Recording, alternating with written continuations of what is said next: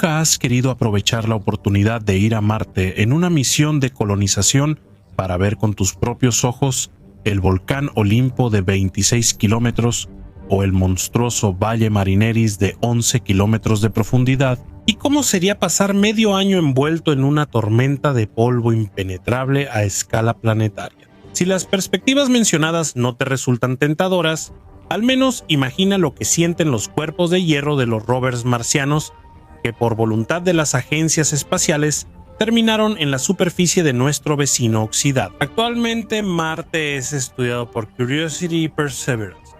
Los demás permanecieron inmóviles en las dunas del planeta rojo, convertidos en chatarra inútil. Sin embargo, a pesar del estudio activo de Marte, todavía no podemos responder de manera definitiva a la pregunta de si hubo vida allí.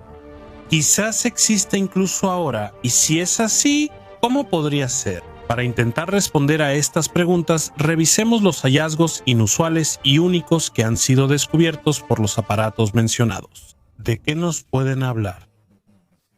Al inicio, observemos el relieve marciano. En 2023, Curiosity perforó rocas sedimentarias en el cráter Gale y halló una red de grietas pequeñas. Esto es una prueba directa de que en algún momento el planeta fue un lugar bastante húmedo. La roca con estas formaciones se llamó Ponters. ¿Hay lugares parecidos en la Tierra? Por supuesto, se pueden encontrar en cualquier lugar, ya que en esencia es barro arcilloso común que con el tiempo se secó. El relieve es similar a parches, como una colcha de fragmentos agrietados. Suele verse en los desiertos de países áridos del sur. ¿Qué conclusiones surgen de este hallazgo? Absolutamente lógicas: donde hay agua puede haber vida. Además, las imágenes tomadas por la cámara HIRIS de la nave orbital Mars Reconnaissance Orbiter en 2024 indican la presencia de grietas y patrones más globales en muchas ubicaciones de Marte. Los científicos explican esto por el comportamiento del hielo que se encuentra bajo la corteza. Dependiendo de la estación, se expande o se contrae, lo que provoca que el suelo se agriete y se divida en fragmentos. Pero hay hipótesis que respaldan los cambios cíclicos del clima. En Marte, esto es solo la punta de un colosal iceberg. Después de la famosa arándano marciano, se han encontrado muchas piedras y formaciones únicas. ¿Qué me dice del esqueleto de pez encontrado por Curiosity en el cráter Gale? ¿No es esto otra prueba del pasado húmedo de Marte y de la posible existencia, al menos, de vida primitiva? Aclaremos de inmediato. No se sorprenda por la aparición dosificada de información en los medios. Las fotos y muestras de los rovers marcianos se descifran poco a poco, pero en cuanto los científicos procesan los datos, el público los sabe de inmediato. Volvamos al esqueleto de pez. ¿Qué se puede decir sobre este artefacto? Al explorar el cráter Gale, el rover marciano envió una foto sorprendente. Muestra una piedra muy extraña con púas afiladas que parecen huesos de pez. Sumando que muchos valles en Marte fueron ríos y los cráteres más profundos son antiguos lagos secos, el rompecabezas empieza a tomar forma. ¿Cómo evalúan el hallazgo los astroarqueólogos? Los especialistas coinciden en que ningún rover ha hallado un artefacto más extraño en la historia de la exploración de Marte. Es imposible contener la imaginación al mirar esta piedra. Para algunos parece un pez fosilizado, otros ven ramas de abeto y algunos aseguran que es un objeto artificial. Quizás sea un dragón que Daenerys, la nacida de la tormenta, no crió. Pasemos de la fantasía a los hechos y sigamos divulgando los recientes hallazgos de los ágiles rovers marcianos. Hay entre ellos algunos que indiquen indirectamente la existencia de vida pasada que alguna vez prosperó en este planeta. Las moléculas orgánicas halladas en depósitos arcillosos, que probablemente se formaron con agua, pueden considerarse como tales. Curiosity descubrió compuestos orgánicos y Perseverance halló similares en el cráter G0. Se encuentran tiofenos, propano y benceno, los cuales contienen carbono, que es la base de la vida en las formas que conocemos. Pero ¿por qué los científicos no consideran este hallazgo como una prueba 100% de que Marte alguna vez estuvo vivo? El asunto es que lo orgánico no siempre significa vida. también puede formarse como resultado de procesos no biológicos. Este hallazgo muestra que en el planeta rojo, hace miles de millones de años, había condiciones químicas que pudieron permitir el surgimiento de la vida. Los descifrados de qué muestras esperan con ansias los científicos son fragmentos de roca obtenidos al perforar el delta de un antiguo río, descubiertos por el rover Perseverancia en el cráter G0. El aparato recolectó 20 muestras de suelo usando un mini taladro que penetra Marte hasta 6 centímetros. Estos testigos son invaluables para la ciencia terrestre. ¿Qué esperan los astroarqueólogos de estas muestras en el cráter G0? Hay una zona llamada la cascada Chillaba, de ahí se tomaron estas muestras. Preliminarmente en las rocas se han encontrado carbonatos, sulfatos y otros depósitos que nuevamente indican un entorno acuático en su formación, pero lo más importante son las moléculas orgánicas. Perseverance cuenta con herramientas innovadoras que detectaron en el suelo estructuras similares a rastros de vida microbiana. Esto aún no se ha confirmado biológicamente, ni se han investigado totalmente las muestras. Seguimos esperando resultados. La verdad es que aparecerán solo dentro de algunos años. Imaginen que están pilotando un rover en Marte. ¿Qué sonidos acompañarían su misión? Serían más o menos así.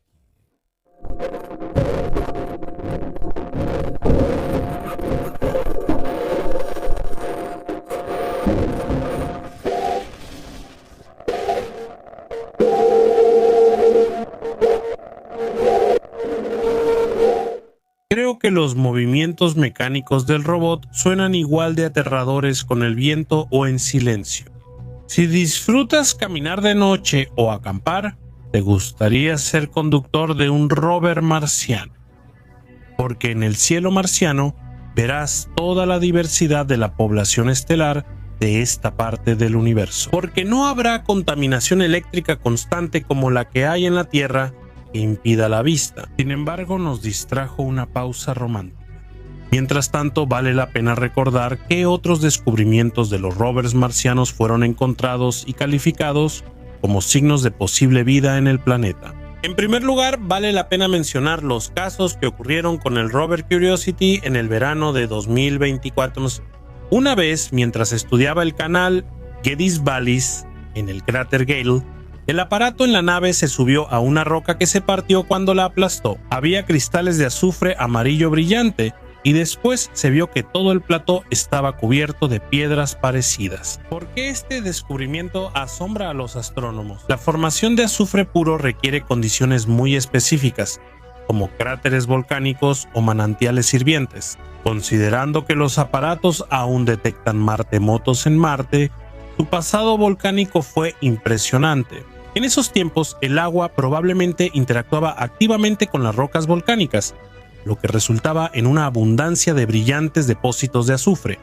¿Qué se deduce de esto? El azufre es un microelemento clave que participa en la formación de aminoácidos, los cuales, a su vez, son la base de las proteínas de las que está formada la vida basada en carbón. No es coincidencia que en los sistemas hidrotermales terrestres haya notable actividad microbiana. Es decir, gracias al rover Perseverance, obtuvimos otra prueba de que Marte en el pasado no era tan desprovisto de vida. Todos estos descubrimientos se hicieron antes, pero ¿existen muestras relativamente recientes encontradas en el planeta rojo que se planean estudiar en la Tierra? Sí existen, y son principalmente piedra de coral y cristales de cuarzo. Primero hablemos de la primera. Curiosity encontró una estructura muy extraña en el cráter Gale. Si mentalmente nos trasladamos de este lugar desértico a la Tierra, podríamos pensar que estamos viendo a un habitante coralino del fondo oceánico. La roca mide 2.5 centímetros de diámetro y se formó hace 1.000 millones de años por evaporación de compuestos mineralizados en el agua, dejando estructuras cristalizadas peculiares. ¿Y qué hay de los cristales de cuarzo? El rover Perseverancia también los halló recientemente en el cráter G0, en el delta de un antiguo cuerpo de agua marciano. El aparato perforó y extrajo núcleos donde halló cristales de cuarzo. ¿Qué es el cuarzo? Es una mezcla de silicio y oxígeno en la Tierra. común en sistemas hidrotermales o rocas sedimentarias. Los cristales de cuarzo señalan procesos ligados al agua. ¿No le parece que se han encontrado demasiadas pruebas del pasado acuático de Marte como para ignorarlas? Además, los cristales de cuarzo en el cráter Jezero confirman que aquí existió un gran lago. Ahora solo queda una cuenca rocosa. Pero eso no es todo. El cuarzo en el planeta rojo no es solo un hallazgo, es una caja del tiempo, un guardián de posibles rastros de materia orgánica que estuvo presente en la superficie de Marte hace miles de millones de años. La prueba de esto son los hallazgos en los desiertos del oeste de Australia y Atacama. Científicos hallaron cuarzo con rastros de microbios de unos 3.5 mil millones de años allí. Se espera lo mismo de los artefactos marcianos cuando los núcleos lleguen a la Tierra y se estudien en laboratorio. En caso de encontrar microfósiles en los cristales de cuarzo, esto se convertirá en la primera prueba irrefutable de vida pasada en Marte. ¿Y qué hay de los demás hallazgos? Ellos también tienen una gran importancia, ya que hasta ahora son pruebas indirectas de la existencia de una gran cantidad de cuerpos de agua en la antigua superficie marciana.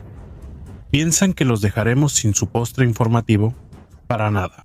Como se mencionó antes, la decodificación de los datos obtenidos de los rovers marcianos ocurre de manera gradual y extremadamente lenta, pero después del procesamiento las fotos se hacen de acceso público y a veces llaman la atención tanto de la gente común como de los ufólogos y buscadores de vida en otros planetas. Y en una de esas fotos se descubrió algo increíble, parecido a una entrada a una habitación subterránea. Juzguen ustedes mismos, aquí tienen la foto.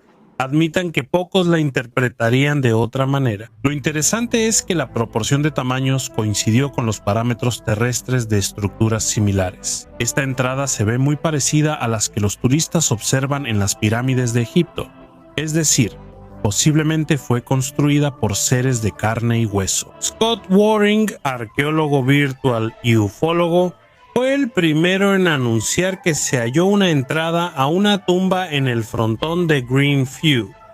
Claro, los científicos rápidamente buscaron desacreditar estas hipótesis, recordando la historia de la esfinge marciana. Fue producto de la imaginación colectiva, el juego de luces y sombras y la pareidolia. Una ilusión óptica ocurre cuando percibimos imágenes que realmente no existen. Si no es una abertura artificial, ¿cómo se formó una entrada rectangular tan perfecta? Los astrónomos explican esto por procesos naturales, grietas tectónicas o efectos de erosión, como los flujos de ríos que se secaron hace mucho tiempo o los vientos marcianos. Tiene sentido, ya que las rocas donde hallaron la supuesta entrada son sedimentarias y se destruyen fácilmente. También podría ser perfectamente lo que se llama un tubo de lava o una cueva volcánica, una estructura subterránea natural. ¿Hay alguna otra razón para refutar la hipótesis de que el objeto en la imagen es de origen artificial? ¿Y también la ausencia de cualquier rastro arqueológico? Hasta ahora no hay pruebas de civilizaciones en Marte, ni antes ni ahora. Sin embargo, ninguna de las dos partes ha presentado pruebas suficientemente sólidas o indiscutibles de que tiene razón, por lo que por ahora se puede poner en duda cualquier punto de vista. ¿Saben en qué se parecen la fosa de las Marianas y el universo temprano? No es difícil adivinarlo. Ambos objetos prácticamente no han sido estudiados, y cada vez surgen más pruebas de este hecho en el horizonte científico. Las sensaciones surgieron tras la puesta en marcha del telescopio James Webb. No solo detectaba anomalías según teorías cosmológicas aceptadas, sino que también investigaba las halladas por otros observatorios. Así fue como los objetos Shell QS llamaron su atención, y para mayor comodidad llamaremos a estos objetos S-objetos. La abreviatura significa Subaru-Heiser Z Exploration of Low Luminosity Quasars, lo que indica que los objetos de este grupo fueron descubiertos por el telescopio Subaru. Estas estructuras tienen alto corrimiento al rojo. Quienes conocen el efecto Doppler saben que con estos parámetros el objeto está a decenas de miles de millones de kilómetros de la Tierra, en la época del nacimiento del universo. ¿Por qué se les llama cuásares a estas estructuras? ¿Son realmente objetos similares pero con menor luminosidad? Por lo tanto, detectarlos y además a distancias tan enormes es increíblemente difícil. Pero el telescopio Subaru lo logró cuando monitoreaba una parte significativa del espacio profundo. En ese momento, su lente se enfocaba en objetos con alto corrimiento al rojo, es decir, muy lejanos a nosotros. Después de un tiempo, James Webb se interesó por esas misteriosas estructuras y realizó observaciones más detalladas para precisar sus características. La luz de estos objetos viajó miles de millones de años hasta nosotros. Quizás solo vemos las sombras de muertos cósmicos. Me pregunto, ¿qué sonidos hacían? Tal vez algo así.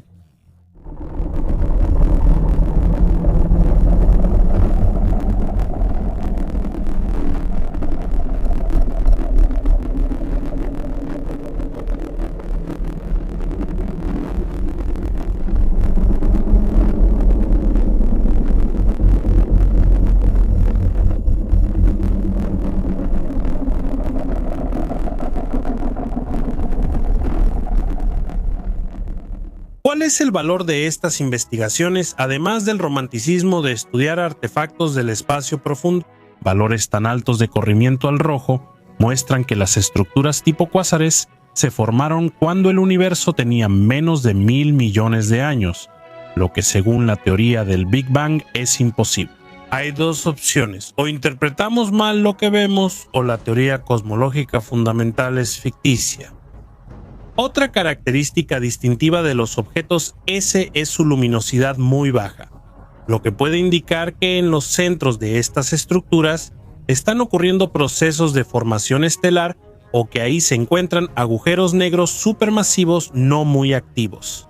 La clasificación de los cúmulos similares a cuásares es compleja por la diversidad de sus características espectrales y su tamaño compacto. A los astrofísicos les sorprende la naturaleza ambigua del universo, ya que muestra rasgos de estrellas antiguas y agujeros negros supermasivos a la vez, que es lo que desconcierta a los científicos. Los astrofísicos desconocen qué causa la luminosidad de las estructuras tipo cuásar. Además, cuando James Webb profundizó en el estudio del espectro de este objeto, se descubrieron firmas previamente desconocidas, absolutamente únicas, que requieren una investigación adicional. La comunidad científica sigue transmitiendo una idea que ya ha cansado incluso a la gente común. Dicen que no puede haber nada descubierto en esa ubicación remota. Negar la existencia de objetos S en el universo temprano es como no creer lo que ves, ya que los hechos mostrados por los telescopios Subaru y James Webb son innegables. ¿Qué piensan los científicos eminentes al revisar gran cantidad de información científica sobre los objetos S? Muchos perciben su vínculo con los enigmas cosmológicos previos, por ejemplo con estructuras llamadas Little Red Dots o pequeños puntos rojos. También son objetos compactos con corrimiento al rojo que aparecieron en los primeros 1.500 millones de años de vida del universo. En este contexto, los científicos ven indicios de la existencia de agujeros negros primordiales, que son, según teorías, a diferencia de los agujeros negros estelares que resultan de la evolución de estrellas supermasivas, los agujeros negros primordiales surgieron en los primeros momentos de nuestro macromundo. Sin embargo, la naturaleza de su aparición está envuelta en un oscuro misterio. ¿Cómo surgieron exactamente las fluctuaciones de densidad en el plasma caliente y qué fue el detonante de este proceso? Aún no hay respuesta razonable para estas y otras preguntas. El mecanismo de formación de agujeros negros primordiales actualmente se considera más o menos así. En el universo temprano, la materia tenía una densidad muy alta y no era uniforme. Tras la explosión, la rápida expansión del universo intensificó las fluctuaciones cuánticas, generando zonas con densidad de materia extremadamente alta. Así, cuando superaba el umbral crítico, la estructura del espacio simplemente colapsaba bajo la influencia de su propia gravedad. Así es como, según las hipótesis modernas, aparecían los agujeros primordiales sin la participación de estrellas masivas. ¿Cuáles son las masas de los agujeros negros primordiales? Se cree que podían tener masas desde la de la Luna o la Tierra hasta millones de veces la del Sol, dependiendo de las condiciones de formación. Incluso podrían haber agujeros negros de miles de millones de masas solares.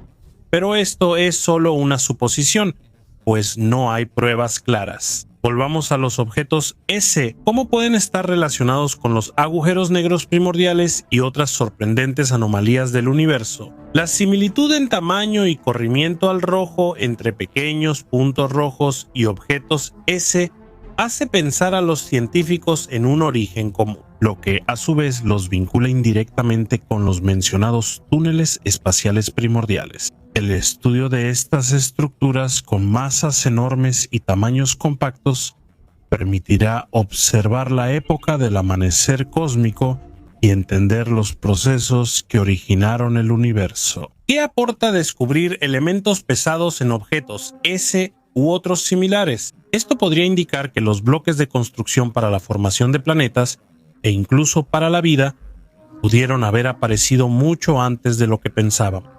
Sin duda, esto implicará una revisión de los modelos cosmológicos, pero el proceso ya no se puede detener. Con base en el estudio de los objetos S, será necesario ajustar las teorías de formación de galaxias siempre que estas estructuras tengan regiones de formación estelar o agujeros negros supermasivos. ¿Existe alguna relación entre estos objetos y la búsqueda de biofirmas? No es directa, pero sí existe.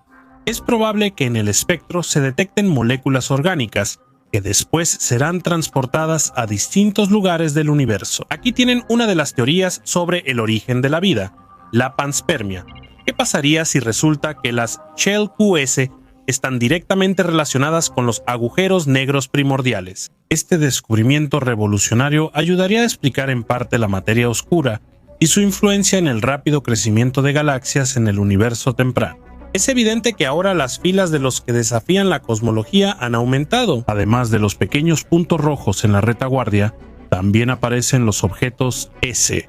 La pregunta es, ¿cómo se verían exactamente los Shell QS? Dejemos de lado las especulaciones teóricas y los aburridos parámetros físicos y tratemos de imaginar cómo serían estos tipos de objetos en la realidad. Por ejemplo, podrían ser cuásares envueltos en nubes de polvo tan densas que absorben completamente la radiación óptica y ultravioleta. Por lo tanto, solo pueden verse en el rango infrarrojo. Por eso estos objetos los detectó el telescopio James Webb. En la masa polvorienta se esconde un núcleo galáctico activo con un agujero negro masivo central. 9 de 13 estudios mostraron que los objetos S se ven así. La segunda opción son galaxias compactas con una velocidad de formación estelar impresionante. Sin embargo, esas formaciones se agotan demasiado rápido y pasan a ser pasivas. Así que tuvimos mucha suerte de observarlas en su fase activa. La tercera opción es una etapa intermedia de evolución. ¿Qué significa eso en la práctica? Los objetos S pueden ser un eslabón evolutivo entre los Little Red Dots y los cuásares clásicos. Y una vez más, la astronomía terrestre tiene suerte. No es común observar formas intermedias de objetos. La última suposición se basa en descubrir firmas químicas únicas mencionadas al inicio del video.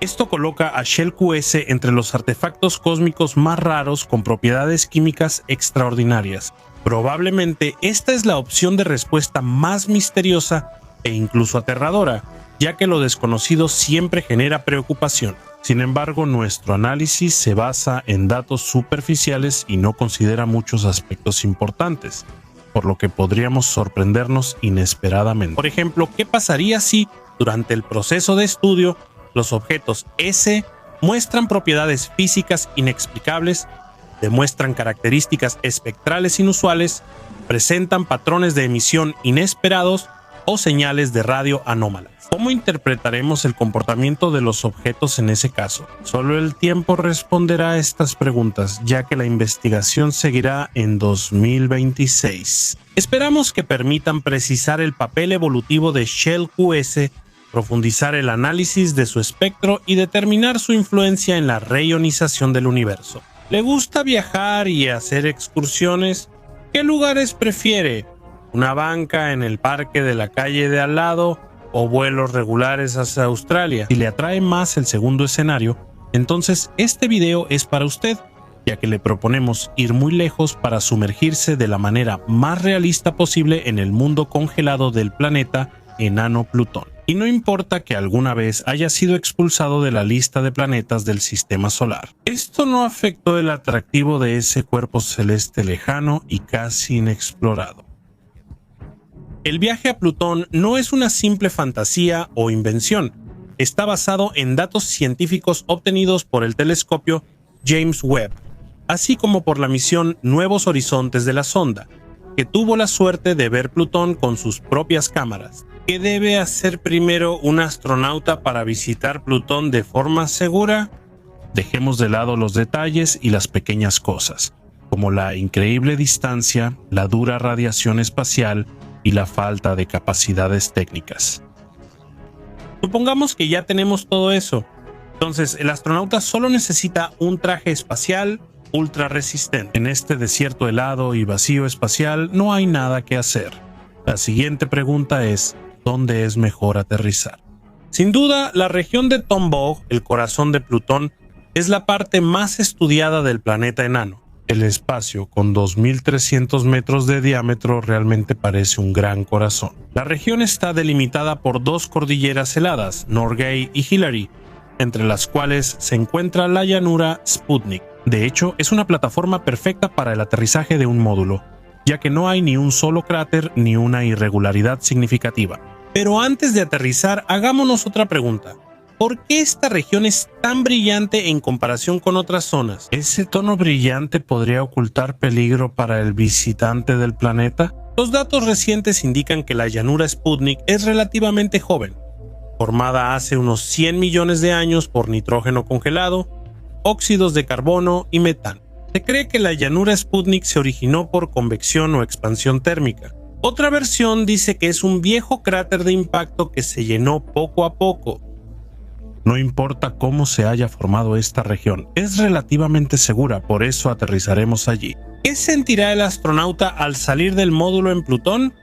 Probablemente las primeras sensaciones sean similares a la euforia. Por la baja gravedad, que es solo el 6% de la terrestre, el peso de una persona en este planeta enano será 16 veces menor. Es decir, podrás saltar de 10 a 20 metros desde el lugar y sin impulso, como un torpe saltamontes bípedo. En cierto modo, esto será parecido a estar en la Luna, solo que sin el molesto regolito y con saltos mucho más impresionantes. Porque en esas condiciones físicas es algo intermedio entre la ingravidez y el vuelo. Por cierto, el descenso hacia la superficie plutoniana también será muy suave y lento.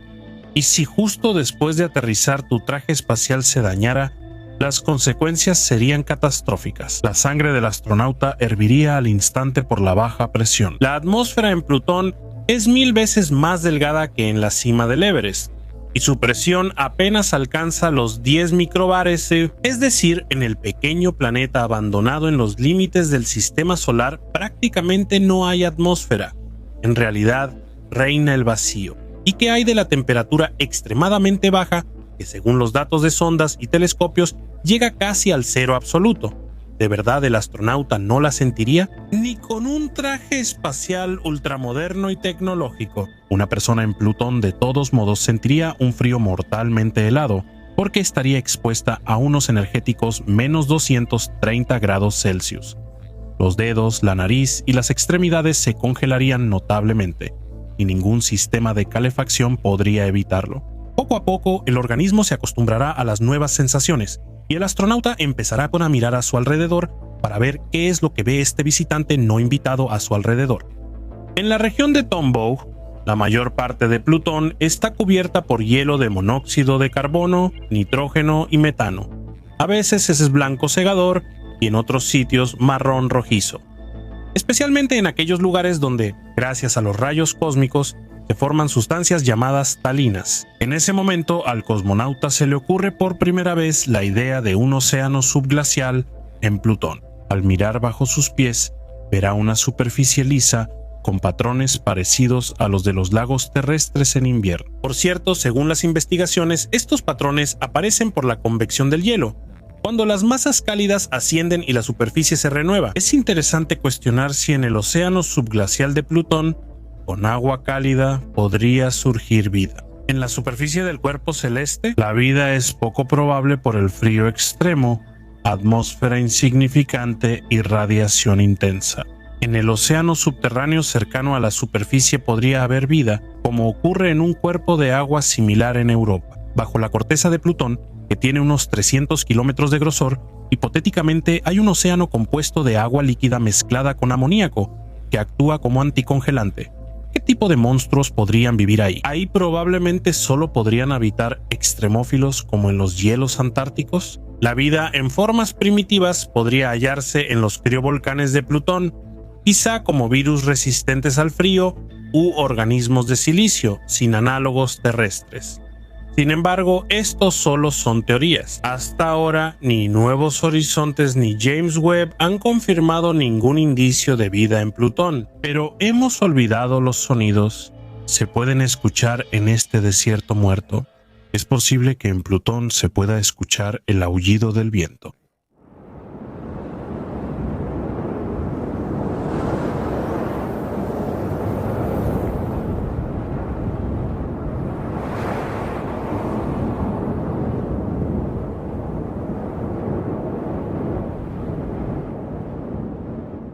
El crujido del hielo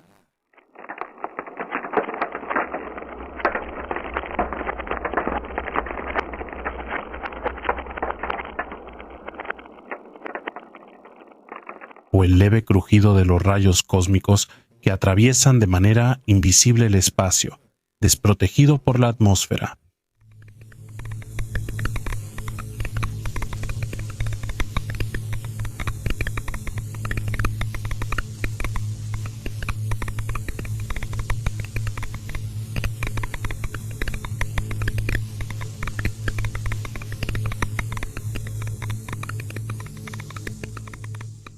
Es poco probable. Lo más seguro es que el astronauta solo escuche su respiración y pasos, ya que la atmósfera es tan tenue que casi no transmite sonido. Sin embargo, si uno desciende a uno de los profundos cañones de cientos de kilómetros de longitud que se formaron hace mucho tiempo debido a la antigua actividad tectónica, se puede sentir una ligera brisa compuesta de gas nitrógeno. Recuerden, al inicio mencionamos las montañas Hillary, que rodean la llanura Sputnik, donde aterrizó nuestro módulo. Por el sur, estas montañas alcanzan unos 2 kilómetros de altura. Aunque los datos varían, de cualquier manera, escalar las cumbres en Plutón es un verdadero placer. ¿Adivinan por qué?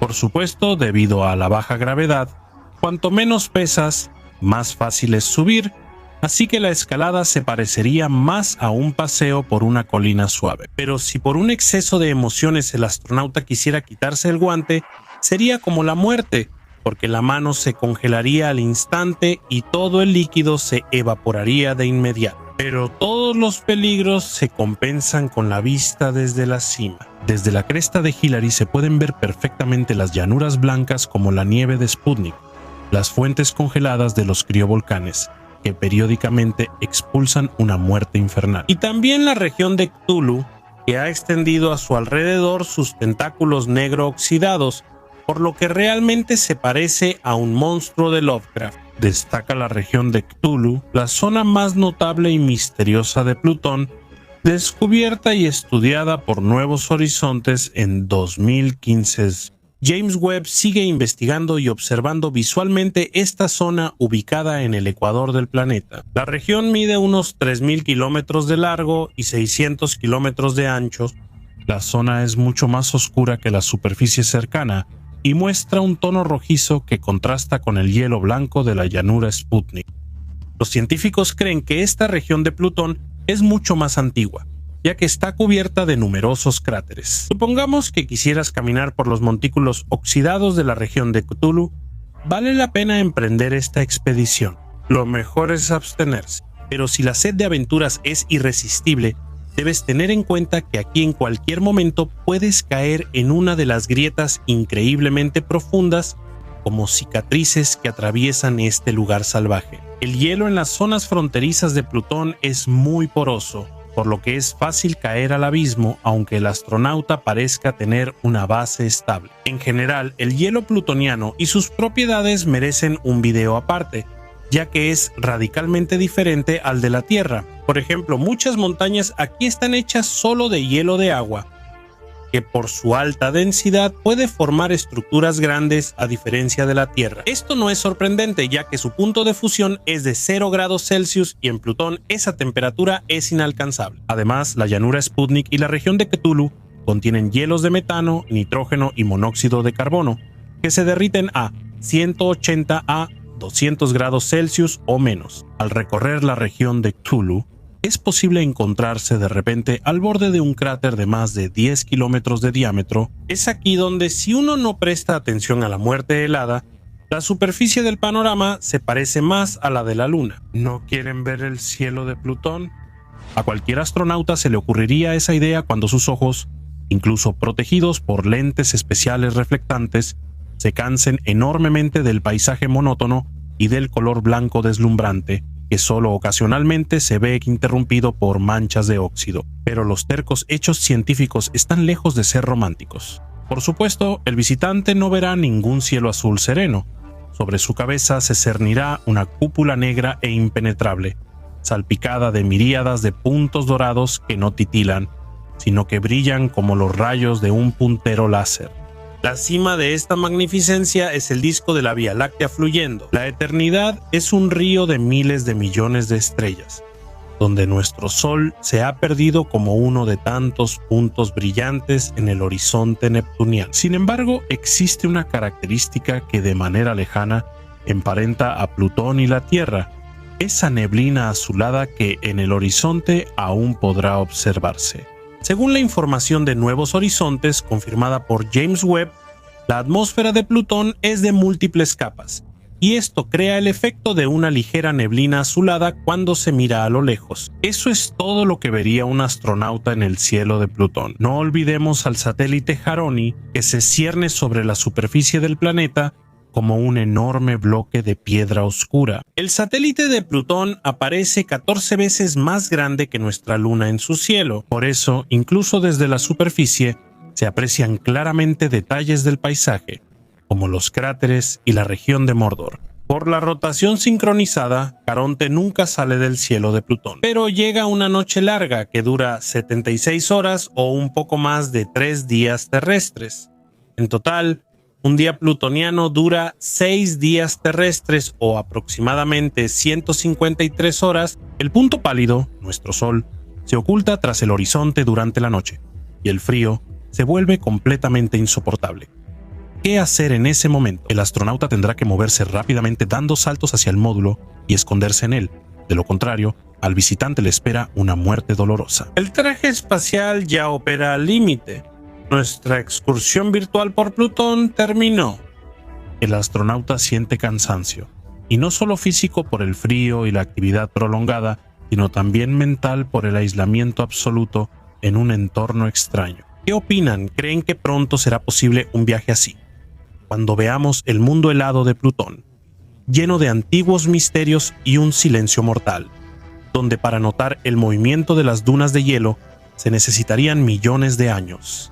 Compartan sus impresiones, no olviden suscribirse a nuestro canal y presten atención a la fecha y hora en que encontraron este video. Esto es importante y puede simbolizar futuros acontecimientos.